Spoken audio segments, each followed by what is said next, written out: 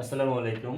কোশ্চেনটা হচ্ছে দৈনিক 6 ঘন্টা পরিশ্রম করে 8 জন ব্যক্তি একটি কাজ করে 15 দিনে। দৈনিক 5 ঘন্টা কাজ করে 9 জন ব্যক্তি ওই কাজ কত দিনে করতে পারে? এই টাইপ অফ কোশ্চেন প্রতিযোগিতামূলক চাকরির পরীক্ষায় বহুবার এসেছে, ভবিষ্যতেও আসবে। আমরা অনেকে ডিটেলস করতে গিয়ে এলোমেলো করে ফেলি, আবার কেউ আছে অনেকগুলা শর্টকাট টেকনিক পড়ি। আসলে টেকনিক আপনি যত বেশি ম্যাথে অ্যাপ্লাই করবেন, আপনার দু একটা করেন ঠিক আছে, আপনি যদি বোঝেন তাহলে টেকনিক আপনি নিজে তৈরি করতে পারবেন। কিন্তু শুধুমাত্র যে শর্টকাট সূত্রগুলো মুখস্থ করলে আপনি পরীক্ষার হলে সূত্রগুলো এলোমেলো করে ফেলবেন।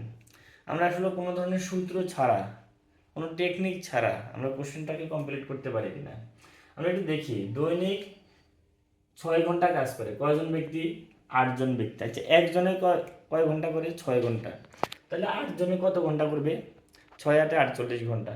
তাহলে দেখেন, 8 জনে দৈনিক কাজ করে 48 ঘন্টা, এরকম 15 দিনে 15 দিনে তারা কত ঘন্টা কাজ করবে? আমরা একটু, আমার হাতে যদি ক্যালকুলেটার আছে আমি একটু কুইকলি করি। হ্যাঁ, তাহলে 15 × 48 কত হয়?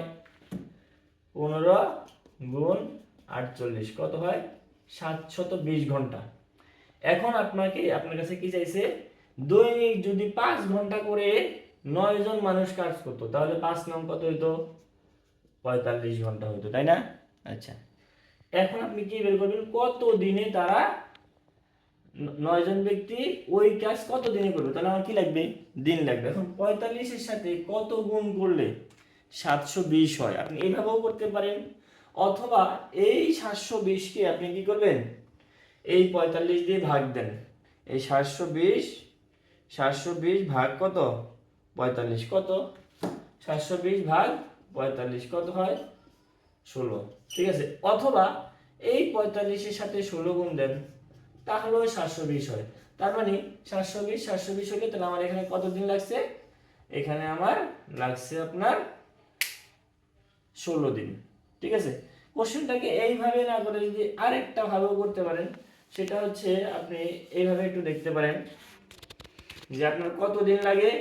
15 দিন বা 8। কত ঘন্টা কাজ করছে?